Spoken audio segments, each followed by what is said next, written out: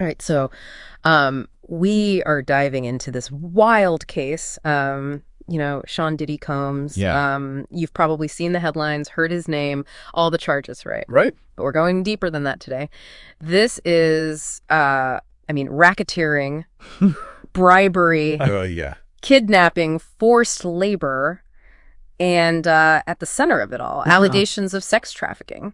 Yeah. So we're going to try to unpack all of that. Yeah. And I think, it's important when we see these celebrity cases, especially, to really try to understand the gravity of what these charges mean legally, right? Mm-hmm. Because racketeering, just so everyone's on the same page, it's not like you just committed a crime, right? Right. It's suggesting this ongoing criminal enterprise. It was structured, organized. Right. And, with the sex trafficking, it's not just enough to prove that something happened. Right. You have to demonstrate the force, threats, coercion.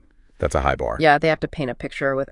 And it sounds like they're trying to do it with data because I read 90 different phones. I know, it's wild. Laptops, cloud storage. They basically dropped like a digital dragnet over this guy's life. That's exactly it. Yeah. I mean, imagine if every text you ever sent, Oh, stop. every Google search, every place your phone pinged a cell tower. My browser history. It's all up for grabs. Yeah. And it's not just what's on there. It's the connections you can make, the patterns. Like they're looking at these freak-offs, these parties, supposedly films, maybe shared without consent. That kind of thing points to a pattern of behavior exploitation, which all ties back to those charges. So, okay, let's say you're Diddy's lawyers. You've got this mountain of data.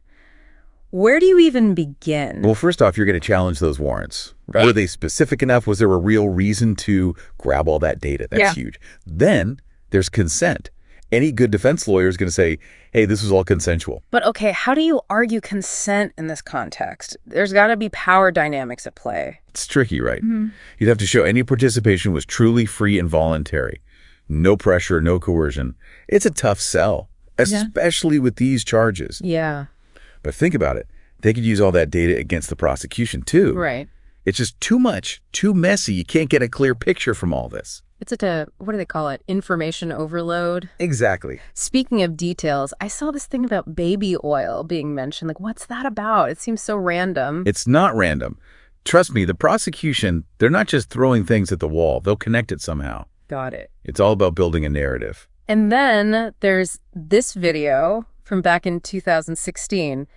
Diddy allegedly assaulting Cassandra Ventura, not related to these charges, right? Not directly, no. But that doesn't mean it's useless. Prosecution could use it to show a pattern. Like if you're trying to say someone lies all the time, you bring up other times they lied, even if those lies aren't the main issue right now. Of course, the defense will say it's irrelevant, it's prejudicial, but it's definitely in play. And this is where I imagine witness testimony is huge, right? Absolutely. You need people to come forward, corroborate those charges, say, yeah, I experienced this or I saw this happen. Right. But that's where things get even more complicated because the defense, they're going to pick apart every word. Oh, yeah. Look for inconsistencies, motives, anything to undermine those stories. It gets messy. So what's the takeaway for people who are trying to follow this case? I mean, it's mountains of data, legal arguments, witnesses. It's a lot. It's the tip of the iceberg, really. In this case, it's not just about Diddy. It shows how much technology has changed the game, how these investigations are done, how these cases will be prosecuted going forward. It's like a new frontier. Exactly. Well, you've given us a lot to consider. We'll be watching this one closely. Me too. It's far from over. Far from over. All right, we'll be back next time with another deep dive.